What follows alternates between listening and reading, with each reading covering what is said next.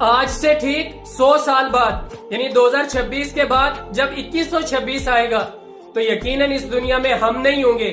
ہماری قبریں قبرستان کے گنجان حصوں میں کہیں گم ہو چکی ہوں گی.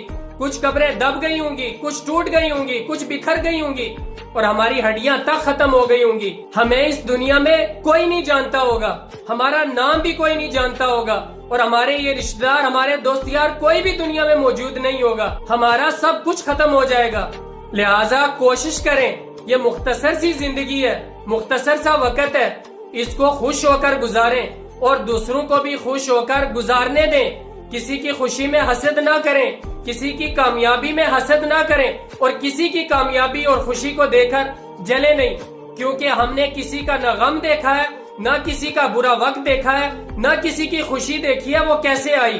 تو آپ بھی خوش رہیں اور دوسروں کو بھی خوش ہو کر زندگی گزارنے دیں.